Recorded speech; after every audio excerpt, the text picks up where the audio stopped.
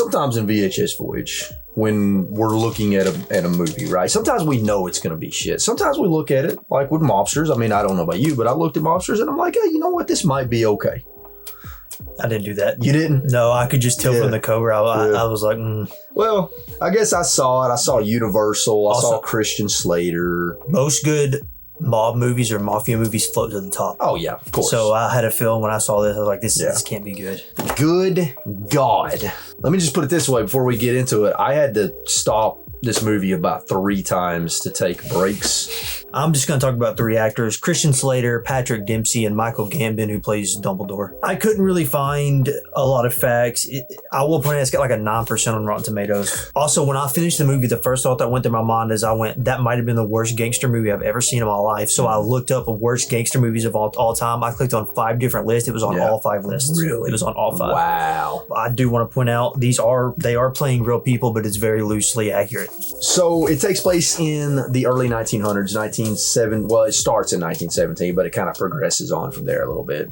In New York City, Christian Slater plays an Italian guy named Charlie Luciano. There's 2 Dons. There's 2 crime families in New York that are fighting each other. You got Don Ferenzano is one family. Don Masseria. So you got Don Verenzano and Don Masseria. I'm just going to call them Don F and Don M. Don Dumbledore. This guy right here. You got these 2 crime families ran by these 2 Dons. At the beginning of the movie, Charlie's younger. He's in his apartment with his mom and dad and his younger sister. And Don Verenzano shows up because I guess Charlie's dad owes him some money. And he proceeds to assault his dad and then, let's just say, assault his mother. That's when the weird time jump happens too. Yep. Like a massive time jump. Massive time jump. So that one event, I guess, made him decide he wants to kill both Dons. I guess whenever he was younger, one of his friends is Don M's nephew. And Don M has him stabbed right. This is way too many names, dude. Dude, no. See, okay. Now I'm glad you mentioned that because one of my big problems with this movie is this movie was a convoluted, confusing mess. Yeah. What's funny is I wasn't even picking up on these are real gangsters. So I read the cast list because there's like Lansky in there, who's a real like famous mobster. Yeah. There's Bugsy. Lucky Luciano. I didn't pick up on a lot of that until once I read the cast list. I was like, wait, these guys are these gangsters? Yeah. They did not establish that well. Yeah. There's too many characters. Dude, way too many characters. This movie's so poorly written. It's such a mess. I was having a really hard time following what the hell was going on and who all these people were and what they were doing. Also, the movie's about how there's like 20 people getting double crossed at the same time. So I couldn't keep up with who was getting double crossed. I'm just like, what is happening? Charlie and his friends, they kind of form their own little gang, their own little mafia of sorts, and they get into bootlegging whiskey and making massive amounts of money off of it to the point where they rise in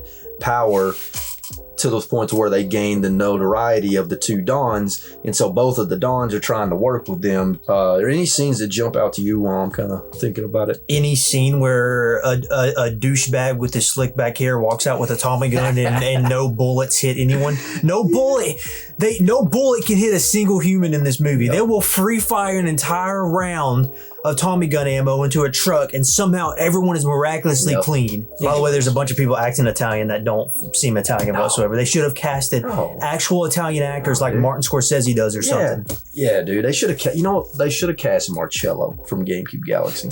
This movie is such a disgrace to his ancestors and his heritage and where he comes from. And there's also these weird montages at a couple points in the movie. There's just like weird montage of them doing all their crimes and getting the whiskey. And this movie tried very hard to be like Goodfellas or Casino or something, a movie that does great montages. But you're not Martin Scorsese, so stop trying to be, dude. I thought it was funny when his girlfriend or wife died or whatever. He stuck his hand into a bread basket and pulled out a pistol.